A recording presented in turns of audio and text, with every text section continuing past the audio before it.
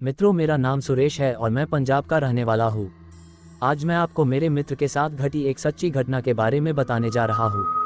मेरे मित्र का नाम दीपक है और हम बचपन से ही बहुत अच्छे दोस्त हैं और हम एक दूसरे से सारी बात शेयर करते हैं। हम जब कॉलेज में आए थे तब दीपक सगाई हो गई थी। वो उसकी मंगेतर से, जिसका नाम हिना था, से बहुत प्यार करता था और वो दोनों रात भर मोबाइल पर बातें करते रहते हैं। एक दिन की बात है, उसने मुझे बताया कि वो उसकी मंगेतर से रात को बात कर रहा था। दीपक ने उसकी मंगेतर को मिलने के लिए बोला तो उसकी मंगेतर बदली हुई आवाज में बोली, तू ज्यादा मत बोल वरना तेरे को वही दफन कर दूंगी। दीपक एक बार तो ये सुनकर चौंक गया और फिर सोचा वो शायद मजाक कर रही होंगी। फिर दीपक भी उसको मजाक में बोला, क्या कर लेगी तू मेरा, चल देखते हैं। तो वो फिर बोली, आज रात देख तेरे साथ क्या होता है। ये कहकर उसने मोबाइल रख दिया। अगली सुबह जब दीपक मुझसे मिला तो वो अपनी कल रात की बातें बताने लगा। उसने मुझे रात को फ़ोन वाली बात बताई और उस रात उसके साथ जो हुआ वो उसने मुझे से बताया। उसने बताया कि रात को 1-2 बजे के आसपास अचानक उसकी नींद खुली और उसके सामने एक काला लंबी दाढ़ी वाला आदमी बैठा था। वो बोलने लगा, ले आ गया मैं, अब देख तेरे साथ क्या होता है। उसने दीपक का गला पकड़ लिया, उससे मेरी सांसें रुक गई। दीपक ने उसी वक्त के सामने अल्लाह का नाम लेते हुए नमाज पढ़ना शुरू कर दिया और वो उसके सामने से गायब हो गया।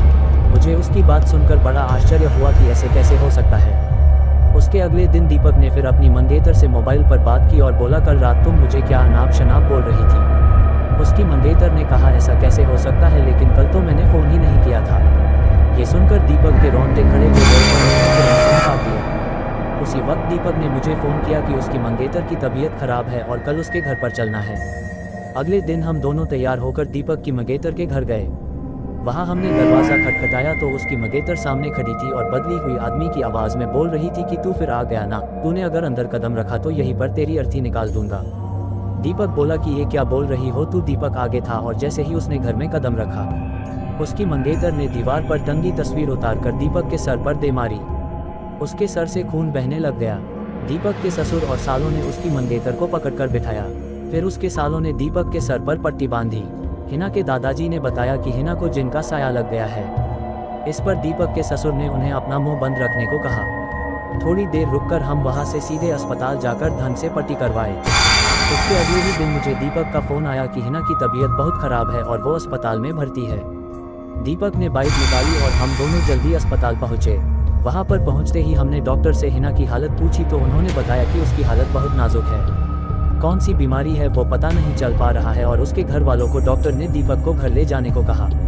सभी हैरान थे कि ऐसी क्या बीमारी है जिसका इलाज डॉक्टर के पास भी नहीं है। फिर उसके घर वाले हिना को घर ले आए। हिना ने दीपक को बुलाया और कहा कि मैं अब ज़्यादा दिन जिंदा नहीं रह पाऊंगी और तुम किसी अच्छी लड़की से शादी कर लेना। ये सुनकर दीपक की आंखों में आंसू आ गए और बोलने लगा कि मैं तुम्हें मरने नहीं दूंगा। फिर हिना के दादाजी ने उसको एक बाबा के पास ले जाने को कहा। हम उसको बाबा के पास ले गए और बाबा ने बताया कि इसको एक बुरे जिन ने जकड़ लिया है, जिसकी वजह से वो इसके शरीर को नुकसान पहुंचा रहा है। अब बहुत देर हो गई है। बाबा ने बताया कि इसका एक ही इलाज है। यहाँ से 100 किलोमीटर दूर एक दरगाह है, वहाँ इसका इलाज हो सकता है। और बाबा ने बताया कि इसके साथ वही इंसान जाएगा जिसे वो सबसे ज़्यादा चाहती है। दीपक ने कहा कि मैं चला जाऊँगा, मुझे बाइक भी चलाने आती है। रात के 2 बजे दीपक और हिना दोनों बाइक पर निकल पड़े। लेकिन आधे घंटे बाद किसी का फ़ोन आया कि दीपक और हिना का एक्सीडेंट हो गया है और वे मारे गए हैं। ये सुनकर मेरा रो रो कर बुरा हाल हो गया। मेरा सबसे करीबी दोस्त अब इस दुनिया में नहीं रहा। डरावनी दुल्हन। आज मैं आप लोगों को कुछ हकीकत बताने जा रहा हूँ जो बक्सर जिला के एक गांव में हुआ था। वहाँ पर एक परिवार था जिसमें रौनक नाम का लड़का अपने माँ बाप एवं भाई बहन के साथ रहता था। रौनक 20 साल का जब हो गया तो उसको देखने के लिए लड़की वाले आने लगे। कुछ दिन बीत गया, तभी रौनक को एक लड़की की फ़ोटो अच्छी लगी। उसने अपनी माँ को बोला, माँ मैं इसी से शादी करूँगा, और बोलता भी क्यों नहीं। हर लड़के की ख्वाहिश होती है कि उसकी औरत सुंदर और संस्कारी हो ताकि किसी के सामने ले जाने से उसका मान भी बढ़े। उसकी माँ ने बोला, ठीक है बेटा, तुम्हारी शादी मैं इसी से करवाऊँगी, और लड़की के पिता को हाँ बोल दिया। कुछ दिन बाद उसकी शादी का दिन आ गया। वह बहुत खुश था क्योंकि उसकी हल्दी मेहंदी और संगीत से घर में खुशी छाई हुई थी। सारे मेहमान से उसका घर भर गया था। वह मन ही मन सोच रहा था कि मैं अपनी औरत को बाहर घुमाने ले जाऊंगा और दोस्तों के साथ खूब बातें भी करूंगा कि देखो मेरी औरत लाखों में एक है। मन ही मन लड्डू फूट रहे थे और उस दिन उसका इंतजार भी खत्म हो गया क्योंकि उस दिन उसकी शादी जो हो रही थी गांव वाले भी धूमधाम से बारात लेकर लड़की के घर पहुंचे और दोनों की शादी भी हो गई। जब सुबह विदाई हुई तो उस समय लड़की को डोली में अकेले ही ससुराल लाया जाता था। चार कहार डोली को उठाते उठाते थक गए थे। वह बेचारे सोचे कि कहीं पेड़ दिखा तो डोली उसके नीचे रख देंगे तो थोड़ी देर आराम करके फिर आगे बढ़ेंगे, और आम का पेड़ कभी दिख गया। वह लोग डोली को रखकर पानी पीने लगे और बोले कि बहू अगर आपको भी प्यास लगी हो तो पानी पी लो। बहू ने कुछ नहीं बोला और चारों की थोड़ी सी आंख लग गई। तभी उस पेड़ की चुड़ैल नीचे उतरी और दुल्हन को मारकर उसके अंदर आ गई और डोली में बैठ गई, क्योंकि दोपहर का समय था। थोड़ी देर बाद वह अपने ससुराल आ गई। लोग चार होने के बाद जब रात हुई तो रौनक अपने कमरे में गया।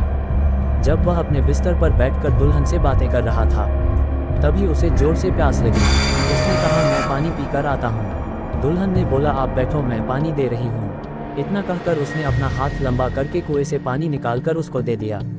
इतना देखते ही रौनक जमीन पर भद्र से गिर गया और बेहोश हो गया। थोड़ी देर बाद जब उसे होश आया तो उसने अपने सामने घूंघट में छुपी चुड़ैल को देख लिया और भागने की कोशिश करने लगा। तभी उस चुड़ैल ने बोला आप भागो मत, मैं आपको मारूंगी नहीं और अब मैं आपके साथ रहूंगी भी नहीं तो आप जीवित नहीं रहोगे, क्योंकि आपने हमारा चेहरा देख लिया।